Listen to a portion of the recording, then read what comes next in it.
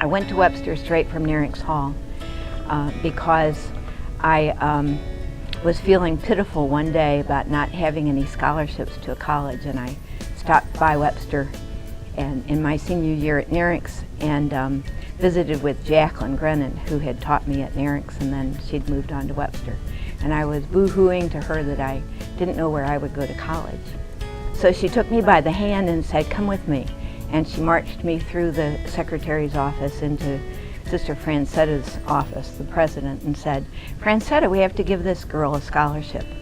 And the two of them worked it out right there on the spot in 3 sentences, and that was how I got to Webster, which was fine with me. My parents didn't like it, but I loved it.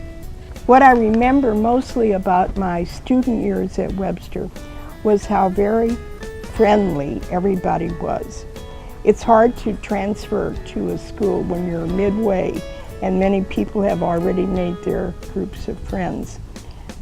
However, I felt totally at home as soon as I came on that campus.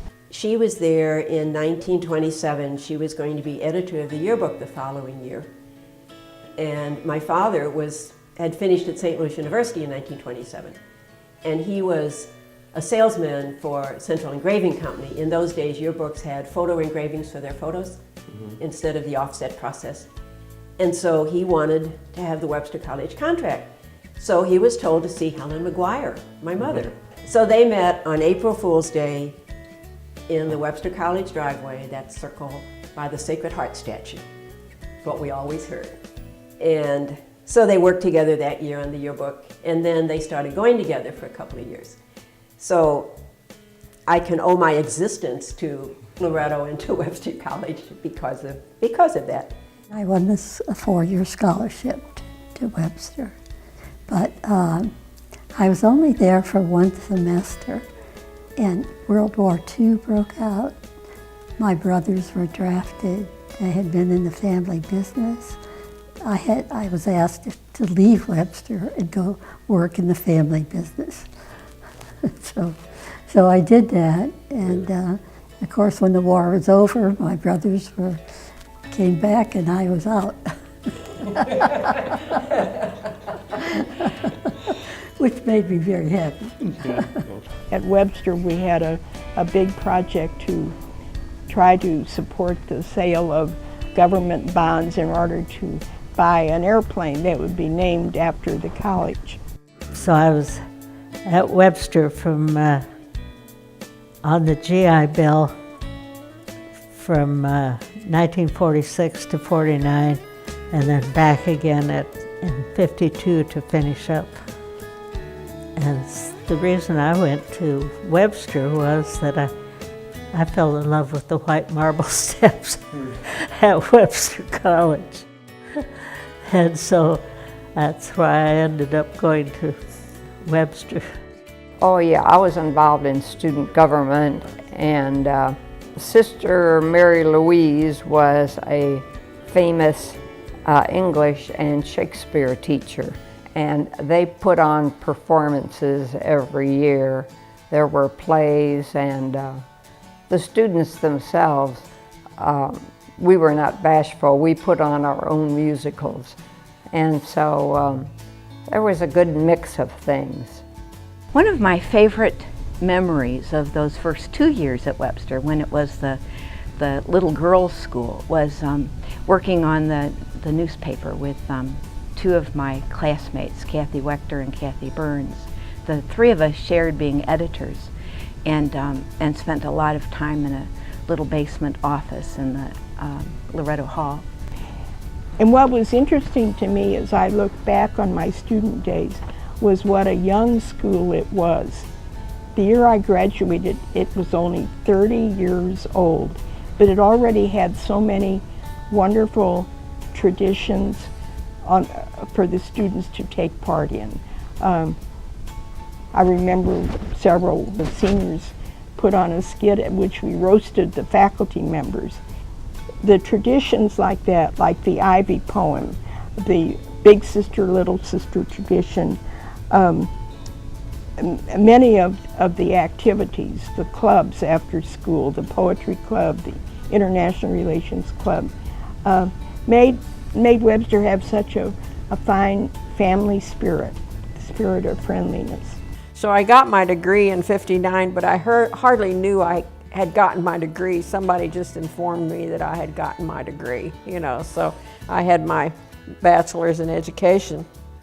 Well, I went to Webster first as a student in 1951, and then I went back to Webster as a staff member and eventually the director of the college school in 1964. Sister Carl Marie Mueller, then principal of the college school, invited me to teach at the Webster College Lab School. I began teaching there in September of '66. Sister Carl Marie, Mary Martha Mueller, was a tremendous principal, and the staff and faculty were top-notch. So I wanted to be a teacher very much, and I liked the sisters very much. They were very ordinary in the most wholesome, lovely sense. They laughed, they enjoyed each other, and they enjoyed students. They were really sharp and intelligent. They were up to date, they knew what was going on, and I wanted to be part of that. Starting in 1964 through 1969, there were many, many changes. It was a most exciting place. When I got back to Webster, it was such a shock.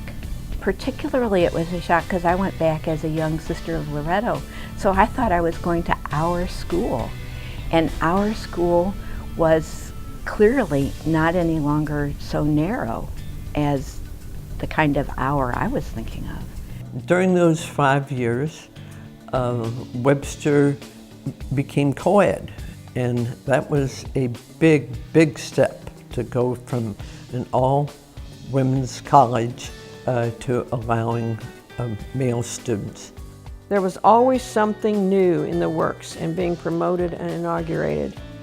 I believe it was during these years when Jacqueline was negotiating the change of the college from a Catholic college to an independently affiliated institution.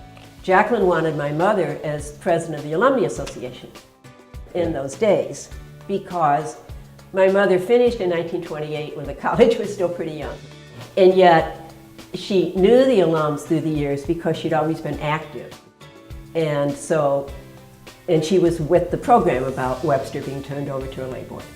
So that all happened there. What was it, January of '67, I think?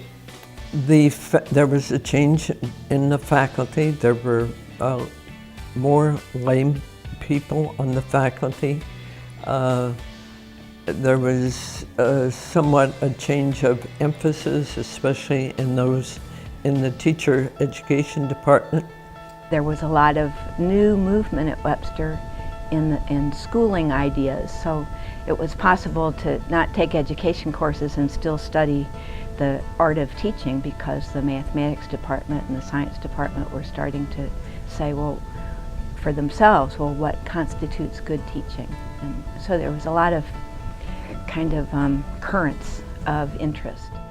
The students really became involved in their own education. It wasn't all just a matter of presenting facts. Jacqueline had brought a lot with others. There were other faculty members there who were very dynamic and moving forward, like people were not afraid. So it was a huge adventure to be there, both times. When I was an 18, 19-year-old and when I went back as a 22, 23, 24-year-old, they were very heady times. My father would be introducing his children to someone and he'd say, this one, and this is my daughter Mary, who loves school. That's great. And I always did, yeah. Very much the sense of participating in the promise of what the United States and a liberal world could be and become.